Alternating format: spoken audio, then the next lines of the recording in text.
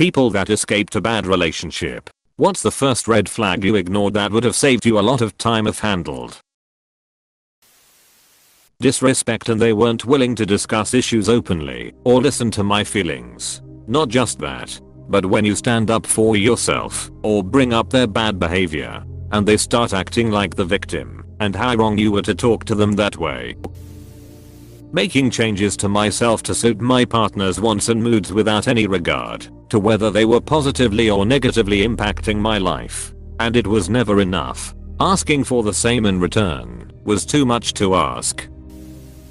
Negative. There was not one positive comment when he came home most days. It was everyone else's fault but him. Edit. I left him 2 weeks ago. Air mattress but me, and the kitties are safe. My ex-husband was like this. Wasn't mean or nasty. Was simply a perpetual negative Nancy. He had issues with depression that was poorly managed with medication, and he refused to see a therapist, believing the medication would be enough. I felt this post on several levels. Their use of alcohol to cope rather than addressing the actual problems in a healthy manner. I met my husband at a bar, and it didn't occur to me for a long time that the reason he was always at the bar was due to his crippling alcohol use. I just thought it was a normal having fun stage, until it wasn't fun. When I realized how excited I was for the days when he was at work and I was at home. Only happened a few times a week. But I should have realized the change in my energy and mood the moment I heard the car pull up. Sentences starting with "I'll let you fucking run if you hear that ever." One exception I'd like to raise you. I'll let you pay for dinner last week. Let me pay this week. Me and my partner always try take turns in paying. Probably the only time that's acceptable. Critiquing my proudest achievements or appearance, then instantly love bombing me the day afterwards. The contrast you get from feeling so low to feeling so high feels incredible. And that's what makes this type of situation dangerous. Edit. I'm happy to see that this comment is picking up steam, and that it might either serve as a warning to those in the dating scene or a call to action to leave such a relationship if there's no signs of hope. He was an influencer and posted a video montage of our camping trip that didn't show any evidence that I was there. It looked like he'd gone camping alone. I had planned the whole thing, driven the whole time, and prepared all the food. Similar here. I don't use social media, but she's a fire spinner and has tons of thirsty semi-nude photos on there. Tons of hot and promiscuous friends on there, and she likes all their thirsty photos. The last 3 years of our relationship she talked to people on there more than me, and not a single photo of me on there. When things got rocky, she went to Burning Man without me while I was busy in escrow buying a house for us to live in. She ended up sleeping with someone she built a relationship on social media. A relationship that I encouraged. That person had done a semi-nude photo shoot of her earlier in the year while she was out of town. I was completely cool with all of this until she cheated, but I'm realizing now it should have been a huge red flag. At least she told me right away, but that honesty was a double-edged sword. She also told me the feelings she felt, and the sex with that person blew away anything we had, and she was unwilling to end that relationship. She still wanted to be with me because I 100% supported her and she's disabled, but ideally wanted to be poly and made it clear she didn't enjoy romance with me. I felt so used. His love of throwing furniture when he was mad. Childish tantrums are always a red flag. My father used to be that way. Temper tantrum was the big red flag for my ex. And it was early on. I should've just left then, but it didn't happen again for 6 months. Then it became a daily thing a year later. Not being able to figure out what I did to make him mad. It was unavoidable. I went through this. I had no idea what would set her off. So I just started being careful what I mentioned, what I'd do, etc. She would still find things, so I adjusted. 8 years later I didn't interact with anyone. I didn't talk about anything, I just kept to myself. Eventually got out, and now 10 years later it's still hard to adjust. I was a very social person before her, but I now have issues interacting with people or sharing personal info about myself. It's funny how my brain changed. Before I'd come up to you and say something like, "Hey, how was your weekend?" Mine was great. I went to the movies and saw some movie. If you like movies you should check it out. Now I'll just say hi. Ask me what I did. I'll say I went to a movie, but purposely not say which one and reply in a way that lets you know I'm not interested in this interaction. All because for so long too many details led to too many arguments. To be fair, we were both a mess. Neither one of us could break up with the other despite things being not great. So we rode that dumpster fire straight into the ground, to the detriment of both of our health. I'm just glad we each moved on to better things lol. Jesus. That's a perfect description of my relationship in my early into mid 20s. Many years have passed, and I'm in a wonderful relationship with a great partner. The first punch to the face. Thought it was normal for girls to do that when upset. Only took me 8 years to understand it wasn't okay. Just because violence from women isn't taken as seriously, and it really should be, doesn't mean it should be normalized. Normalization leads to the continuation of abusive relationships like what you've described. I'm sorry you went through that, and I'm glad you got out. She lied. I could tell when she lied.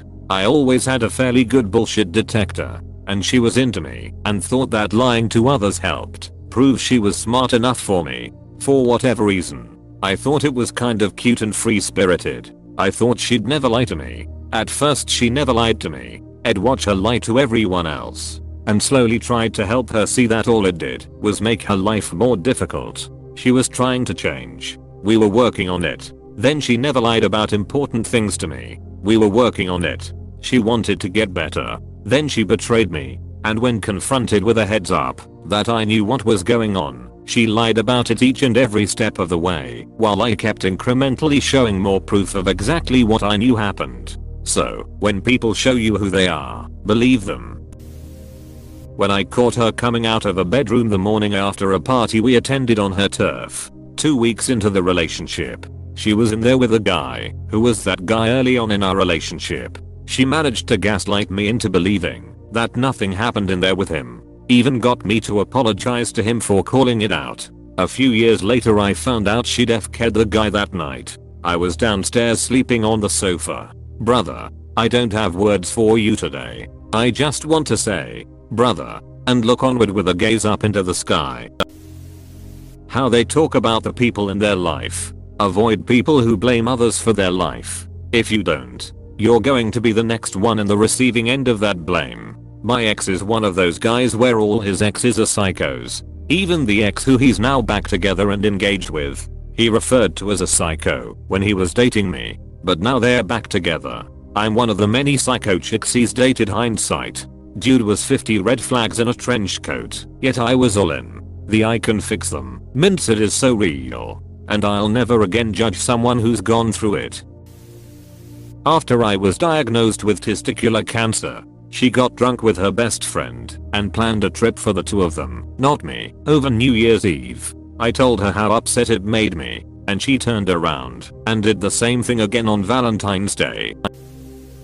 First red flag was on our 4th date. We met up with some friends of mine and had a few drinks while we chatted. During this time, my car had gotten towed. I drove. I didn't drive more than a mile and change away, and on the walk home he completely tore into me verbally about what gross sluts my friend and I both were for being sexually active before either of us were 18. This was a very brief topic of conversation. I do not remember why. He berated me until we got back to my place and I, a young 20-something, had enough and burst into tears. He didn't have a car at the time and I didn't have enough money or the means to get my car back from the tow. So I also didn't have enough for him to Uber home. So once I was in tears, it was like a switch flipped and he instantly went to comfort me, like he wasn't the reason I was so upset. It was the start of many years of emotional abuse and I wish I had ended things between us that night and saved so much psychological turmoil. So once I was in tears, it was like a switch flipped and he instantly went to comfort me, like he wasn't the reason I was so upset. That's exactly like my mother. Didn't start realizing how abusive she was until age 28. Glad you got out. All my exes are narcissists, she said to me early on. Felt like that was perhaps bad luck for her. Turns out it was most likely her being the narcissist in her past relationships. Based on what I experienced, taught me what to look out for and avoid. So wasn't a complete all for nothing situation. Whenever he got drunk enough he would get overly emotional. And it wasn't an I love you type of emotional. It was a I hate myself and I'm angry/sad at myself that spiraled into those feelings being directed at his friends or me. I should have left when it became a pattern for him to get that drunk each night I was with him. But it took him getting physical with me to actually get out. I should have left sooner. Glad you escaped. She was always angry with me about something. Some way that she felt mistreated, unseen, etc. It was so consistent that I realized it had nothing to do with me. She just needed someone to be the target of her anger, and I wasn't interested in being that someone. We were young. Hope she's doing better now. Same. But it took me too many years to finally break free.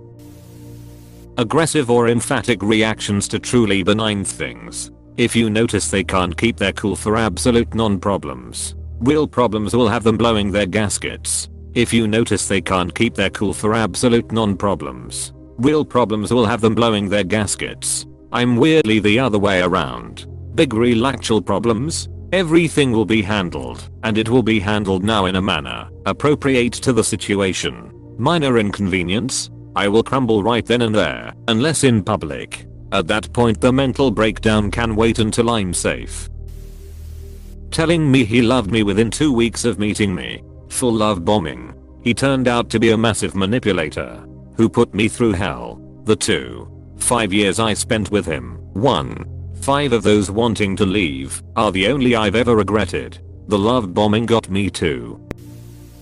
He had a lot of mental health issues and used it as an excuse to be a terrible person, and I justified his behavior to myself for too long. His abuse and manipulation were always there, but I thought I was being there for him and helping him through his mental health issues until I finally realized he used it as a crutch to control me.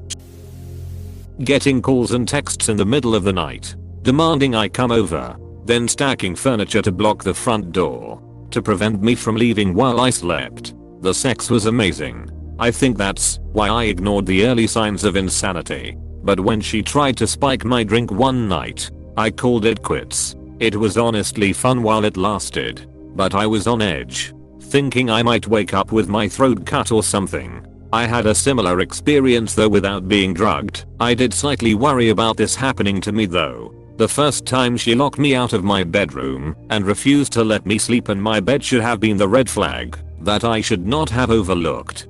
Fast forward and she's trapping me in rooms, locking me out of the rooms, locking me out of the house, threatening me, punishing me, torture for going to bed late, etc.